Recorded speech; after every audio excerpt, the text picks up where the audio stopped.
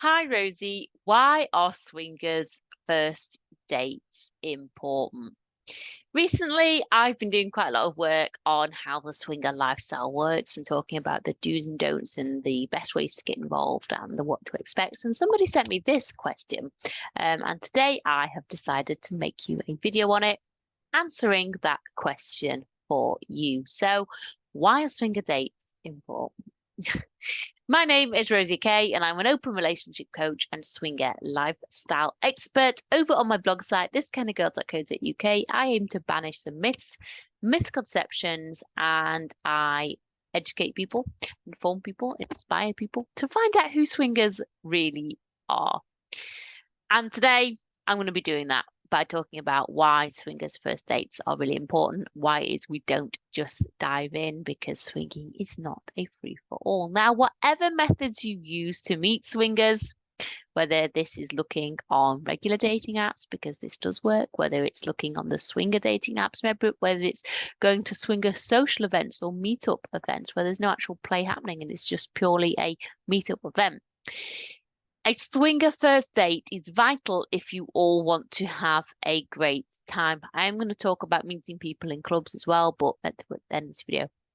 Now, when you go on a first date, just as you would with regular dating, I'm going to say, you can discuss ideas, desires, rules, boundaries, limits, expectations in a relaxed setting, and there is no pressure to play. You can test the water by having a vanilla date with with another couple first before you do anything intimate, because after all, the four of you need to have chemistry with your clothes on for it to be a successful, I'm going to say, swinger friendship or connection. You all need to understand what one another's limits are, what the rules they have to follow, and what you're all hoping to gain from the experience and what you're all going to bring to the party, so to speak. By having a swingers first date in a neutral environment, such as a coffee shop or an informal restaurant or something like this, you can focus on how being around another couple or person made you feel. Are these the sorts of people you want to get more intimate with? Are they comfortable? Are they secure? Do they share your views? Do they understand your rules, your limits? And do you respect and understand theirs as well?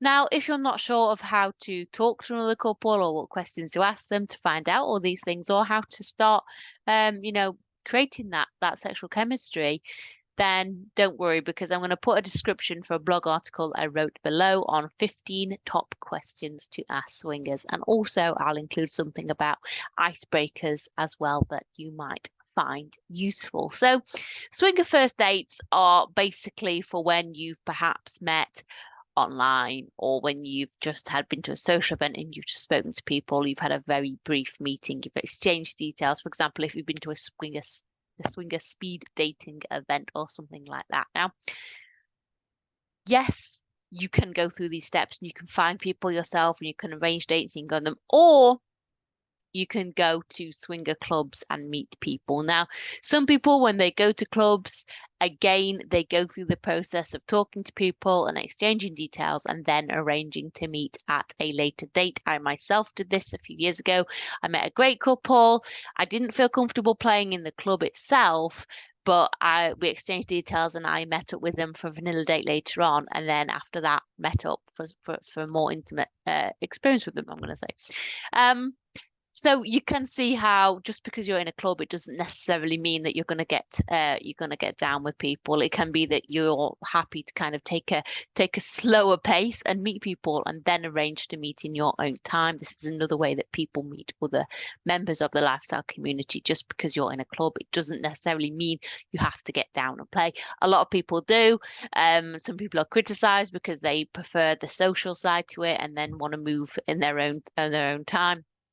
But what I'm saying is, whenever you meet people and play is not on the cards straight away, or you're not comfortable with that, then having a vanilla first date is really important. And what's also a good point to make is that if you're meeting people online, let's say you're using one of the dating websites, you're chatting to another couple, you could have that initial conversation with them via a Zoom call or via a voice call to make sure, one, that they are who they say they are, and two, they are actually a couple, because we all know there's an awful lot of time wasters out there and people masquerading as couples, or people who are saying one thing and actually they're another. So again, you could also start that process by having a voice call or a Zoom call or something, which gets people actually talking and listening to each other.